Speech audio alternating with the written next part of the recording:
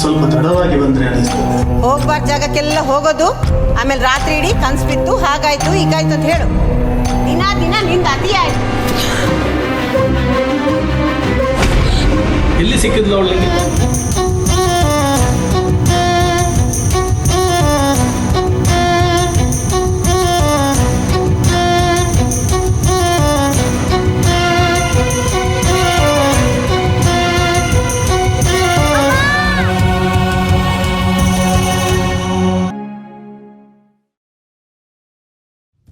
ತುಳುನಾಡಲ್ಲಿ ಅದೆಷ್ಟೋ ವರ್ಷಗಳಿಂದ ಆರಾಧನೆ ಮಾಡಿಕೊಂಡು ಬಂದಿರುವಂತಹ ನಂಬಿಕೆ ಅದು ದೈವಾರಾಧನೆ.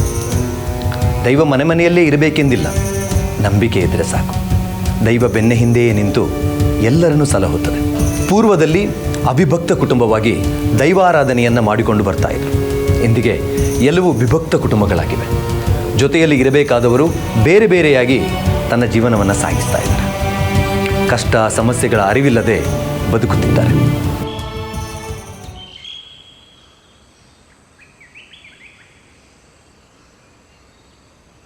ಅಮ್ಮ ಬರ್ತೀನಿ.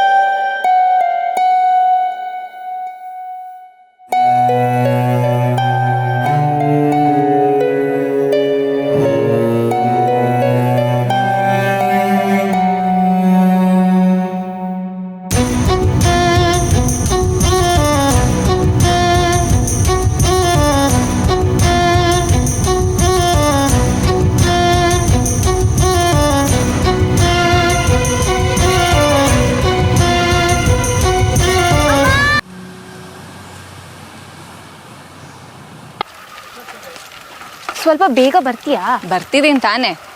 ಇವತ್ತು ಯಾವ ಕಡೆ ಹೋಗಿತ್ತು ನಿನ್ನ ಅಂಬಾರಿ ಸವಾರಿ? ನೀನ್ ಸುಮ್ಮನಿರು ಆಂಟಿ. ಗ್ರೌಂಡ್ ಹತ್ರ ಹೋಗಿದ್ದೆ. ಇವತ್ತು ಲೇಟ್ ಆಯ್ತು. ಮತ್ತೆ ಅಮ್ಮ ಏನಾದರೂ ನನ್ನ ನೋಡಿದ್ರೆ ಗ್ಯಾರಂಟಿ ಬೈತಾಳೆ. ನಿಂದೊಂದು ಅಮ್ಮ. ನೀ ಎಂಥದಕ್ಕೆ ಸಹ ನಗಾಡ್ತಿ. ನೀ ಬರುದೇ ಬೇಡ. ನಿನ್ನ ನನ್ನ ಜೊತೆ ನೋಡಿದ್ರೆ ಅಮ್ಮ ಸಾಯಿಸೇ ಬಿಡ್ತಾಳೆ. ನಿಂದು ನಿನ್ನ ಅಮ್ಮಂದೊಂದು ದಿನ ಇದೇ ಆಯಿತು. ನೀನು ಹೇಳಿದ್ದು ಕೇಳುದಿಲ್ಲ, ಮತ್ತೆ ಸುಮ್ಮನೆ ಬೈಯದೇ ಇರ್ತಾರಾ?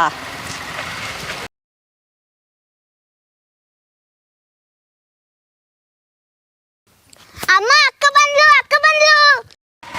ನೋಡು, ನಿನ್ ತಂಗಿ ಫಿಟ್ಟಿಂಗ್ ಇಟ್ಲು ಅನ್ಸುತ್ತೆ. ಬೇಗ ಓಡು, ಬೇಗ.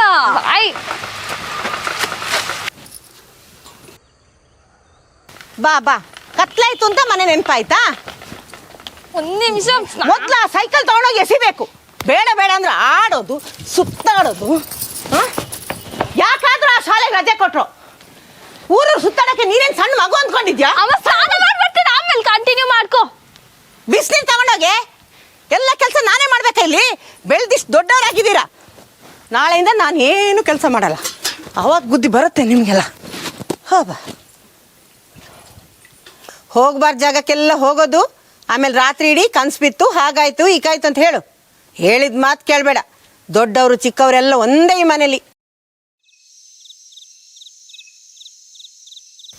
ನಿಶಾ, ಊಟಕ್ಕೆ ಬಾ ಅಮ್ಮ. ಅಮ್ಮ ನನಗೆ ಇಲ್ಲಿಗೆ ತಂದ್ಕೊಡು. ನಿಶಾ, ದಿನ ದಿನ ನಿಂದ ಅತಿ ಆಯ್ತು. ಅಲ್ಲೇ ಬಂದು ಊಟ ಮಾಡೋಕ್ಕಾಗಲ್ವ ನಿನಗೆ? ಒಬ್ಬೊಬ್ರಿಗೆ ಒಂದೊಂದು ಥರ ಆಗ್ಬೇಕು ಈ ಮನೇಲಿ.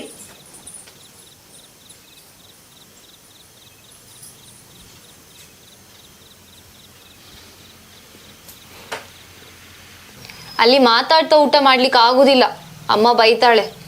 ನೀನೇ ಬೈಬೇಕು ಅನ್ನೋ ತರ ಮಾಡ್ತೀಯ. ಅಮ್ಮ ಏನ್ ಮಾಡಿದ್ರೆ ಸಹ ಬೈತಾಳೆ. ಆಂಟಿ, ಅಮ್ಮ ಯಾಕೆ ನಿನ್ನ ಹತ್ರ? ನಿಂಗೆ ಬಾಯಿ ಮುಚ್ಕೊಂಡು ಊಟ ಮಾಡೋಕ್ಕೂ ಹೇಳ್ಕೊಡ್ಬೇಕಾ?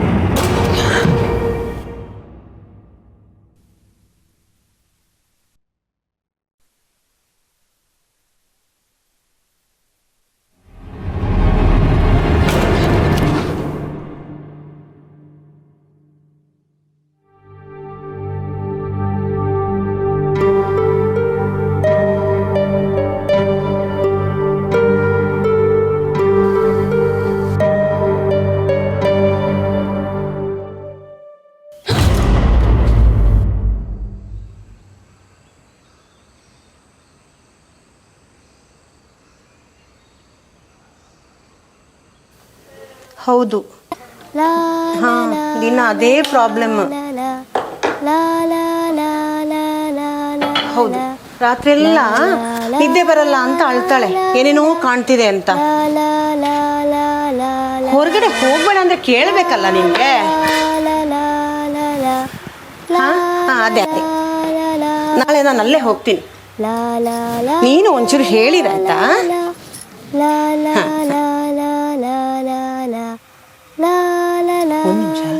ಒಂದು ನಿಮಿಷ ಮಾಡ್ತೇನೆ, ಒಂದು ನಿಮಿಷ.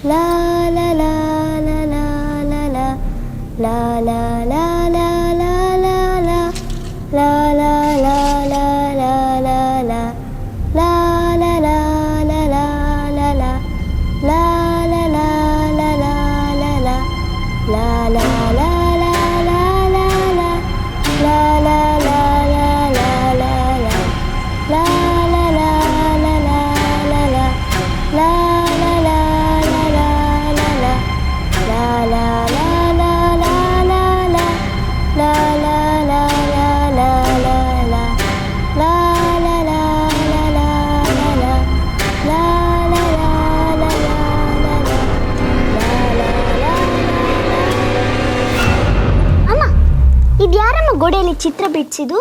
ತರ್ಲೆ, ಗೋಡೆಯಲ್ಲಿ ಚಿತ್ರ ನೀನೇ ಬರ್ದಿದೆ ಅಂತ ಗೊತ್ತಿದೆ ನನಗೆ. ನಾಟಕ ಸಾಕು, ಬಾ ಒಳಗೆ. ಅಮ್ಮ, ನಾ ಗೋಡೆಯಲ್ಲಿ ಚಿತ್ರ ಬಿಡಿಸ್ಲಿಲ್ಲ ಅಮ್ಮ.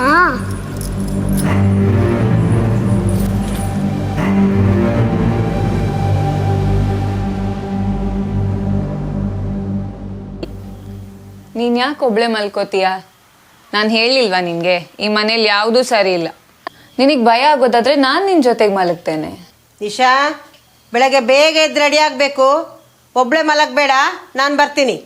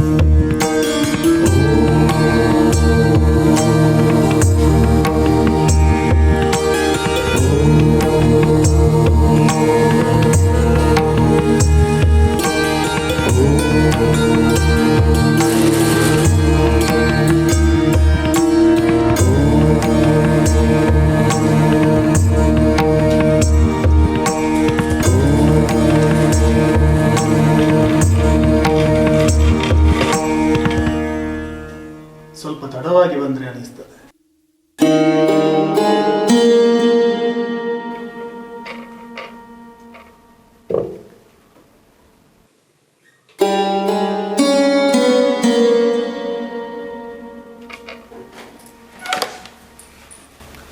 ಬಾಮ್ಮ.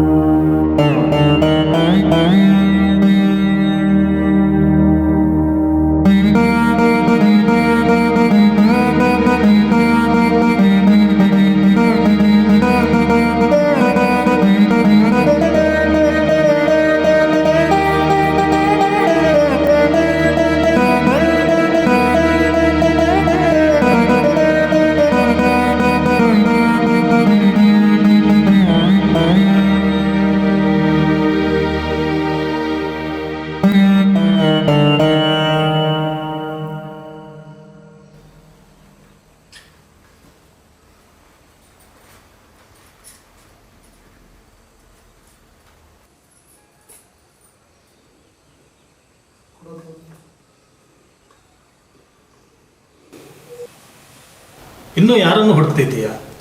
ಅದು ಆಂಟಿನೂ ಬಂದಿದ್ರು. ಇಲ್ಲಿಗೆ ಬರುವ ಧೈರ್ಯ ಶಕ್ತಿ ಅದಕ್ಕೆಲ್ಲಿದೆ? ಎಲ್ಲಿ ಸಿಕ್ಕಿದ್ಲು ಅವಳಿಗೆ? ಒಮ್ಮೆ ಆಡ್ತಿರ್ಬೇಕಾದ್ರೆ ಬಿದ್ದಿದ್ದೆ, ಅಲ್ಲೇ ಫಸ್ಟ್ ಸಿಕ್ಕಿದ್ದು.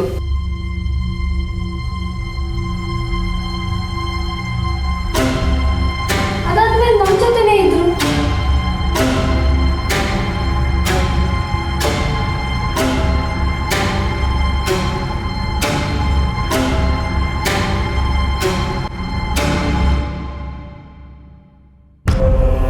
ನೀ ಎಂತದಕ್ಕೆ ಸಹ ನಗಡ್ತಿ, ನೀ ಬರುದೇ ಬೇಡ. ಅಲ್ಲಿ ಮಾತಾಡ್ತಾ ಊಟ ಮಾಡಕ್ ಆಗಲ್ಲ, ಅಮ್ಮ ಬೈತಾಳೆ. ಆಂಟಿ, ಅಮ್ಮ ಯಾಕೆ ನಿನ್ನ ಹತ್ರ? ನಿಂಗೆ ಬಾಯಿ ಮುಚ್ಕೊಂಡು ಊಟ ಮಾಡಕ್ಕೂ ಹೇಳ್ಕೊಡ್ಬೇಕಾ?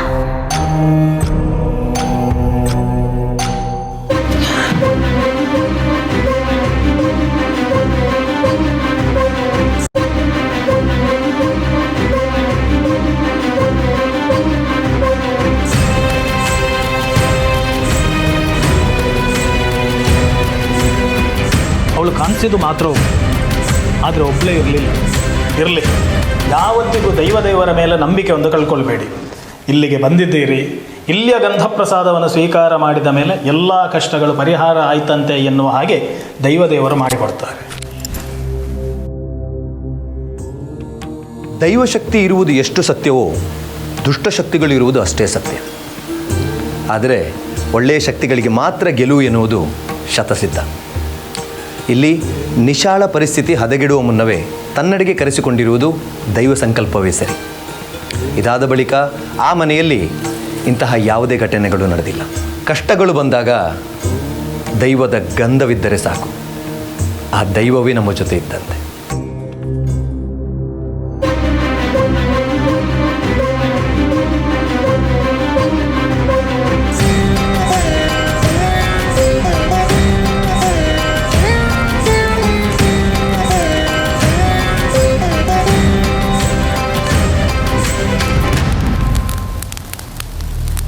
ಟಾಕೀಸ್ ಆ್ಯಪ್ ಇದೀಗ ಕೇವಲ 99 ರೂಪಾಯಿಯಲ್ಲಿ ಲಭ್ಯ. ಹಿಂದೆ ಡೌನ್ಲೋಡ್ ಮಾಡಿ ಟಾಕೀಸ್ ಆ್ಯಪ್.